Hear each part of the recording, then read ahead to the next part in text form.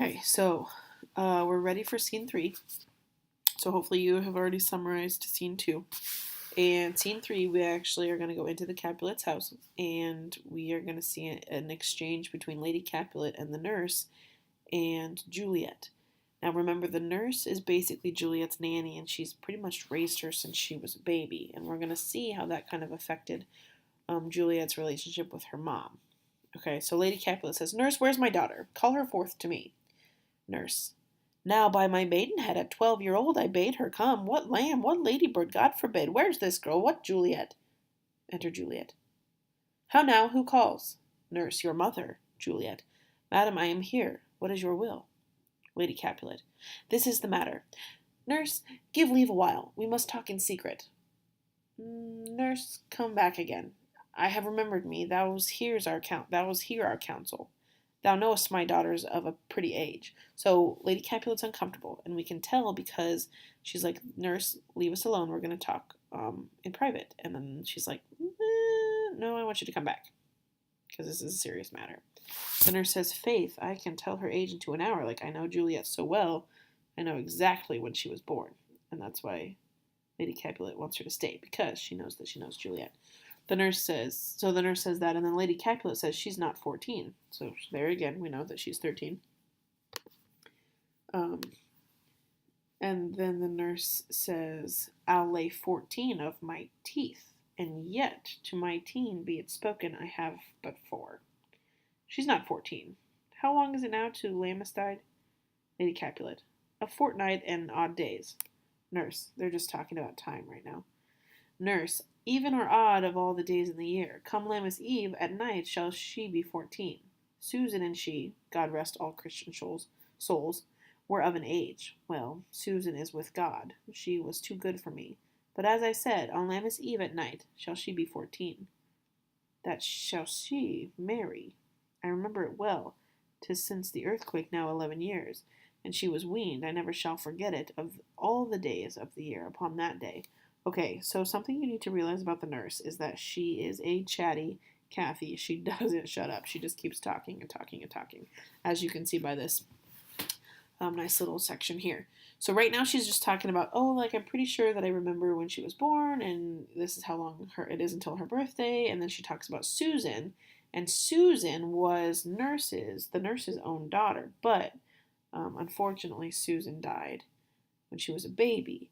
Now, this is where this is a common thing for back then, but it's a little weird to think about now. But she became Juliet's wet nurse, which means that when Juliet was a baby, the nurse actually nursed Juliet.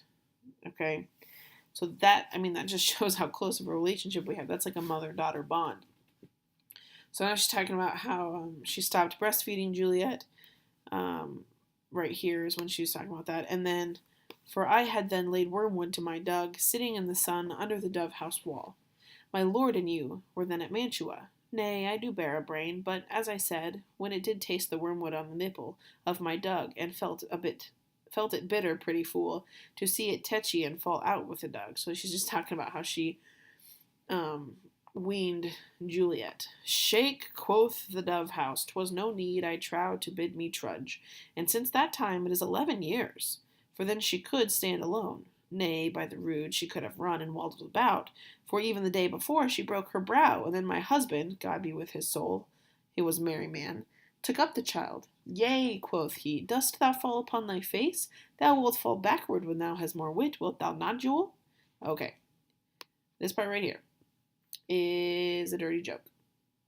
And basically, he's just saying, oh, you fell forward, and you need to remember, or you need to learn that when you're older, you'll fall backwards. And that's all I'm going to say. Wilt thou not, Jewel? And by my holidam, the pretty wretch left crying, and said, I. So okay. So basically, he's like, oh, you're going to fall backwards someday, aren't you? And she's like, yes. To see now how a jest shall come about. I warrant, and I should live 1,000 years, I should never forget it. Wilt thou not, Jewel? Quoth he, and pretty fool, it stinted, and said I. And the nurse just thinks that is the funniest thing ever. If you want to read more about that, that's that line 42 through 49 right there. So then Lady Capulet's like, enough of this. She's like, shut up. I pray thee hold thy peace. Stop talking. The nurse says, "Yes, madam, yet I cannot choose but laugh to think it should leave crying and say I. And yet I warrant it had upon its brow a bump as big as a young cockerel's stone, a perilous knock, and it cried bitterly." "Yea," quoth my husband, "fallest upon thy face." Juliet. "And stint thou too, I pray thee, nurse, I say." So she's like, okay, that's enough. So right here we have the nurse, and then we have Juliet, and then we have Juliet's mom, Lady Capulet. So then the nurse says, "Peace I have done, God mark thee to his grace. Thou wast the prettiest babe that e'er I nursed, and I might live to see thee married once, I have my wish." Lady Capulet says, "Mary, that Mary is the very theme I came to talk of. Tell me, daughter Juliet." She's like, finally we're getting to the point where we're going to talk about marriage. She says, tell me, daughter Juliet, how stands your disposition to be married? So she's asking, how do you feel about getting married?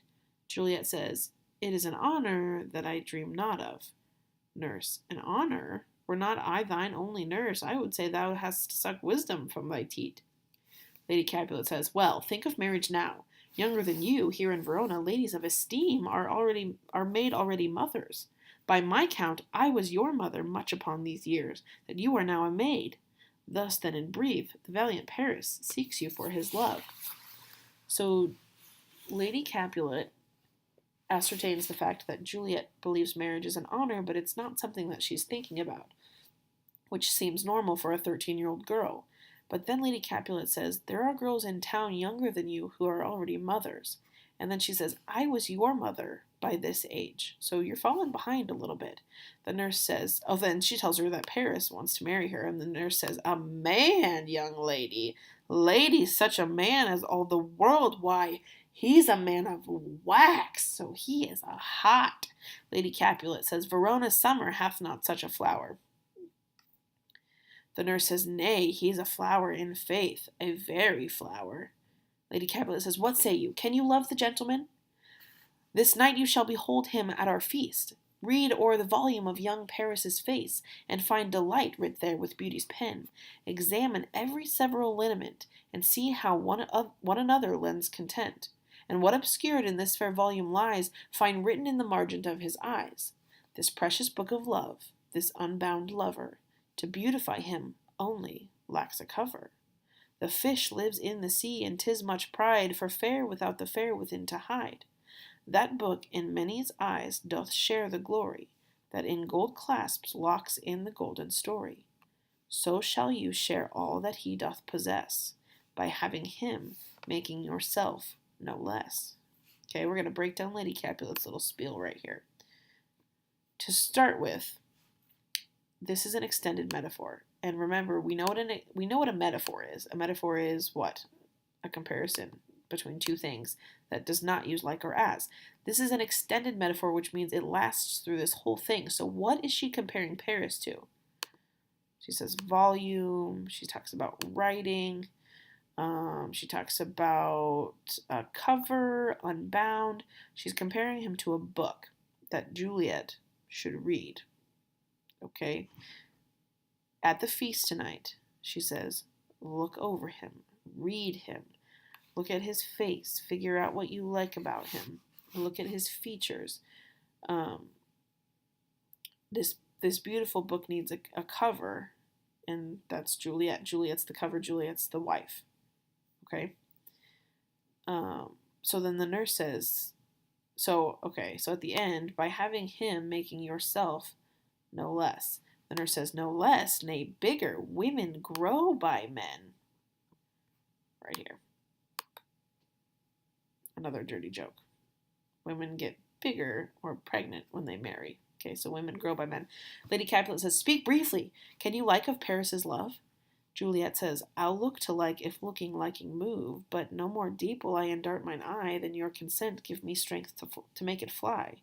She's like, I mean, I'll give it a whirl, but like I'm not gonna look to like him. Like it's whatever. So then a servant comes in and says, Madam, the guests are come, supper served up. You called, my young lady asked for. The nurse cursed in the pantry, and everything in extremity. I must hence to wait. I beseech you, follow straight. Everything's ready to go. Let's go to the party. Lady Capulet says, "We follow thee." Serving men exits. "Juliet, the county stays." Nurse, "Go, girl, seek happy nights and happy days." And then they leave. And that's the end of scene 3. Okay, so the scene 3 is only between the nurse, Lady Capulet, and Juliet. So take a minute, go ahead and summarize it in this Act 1, Scene 3 box. Make sure you get all of the important parts. On your character sheet, I would like you to write the characteristic about the nurse. Actually, technically, you could write 2 characteristics. We learned that A, she is a blabbermouth, and she rambles and she talks a lot. B, she likes to say the dirty jokes. That's kind of one of her little quirks, is that she says a lot of those. So make sure that you have that done before Monday. Yesterday's video and today's video, they have to be watched. You have to have your summaries done before you come to class on Monday.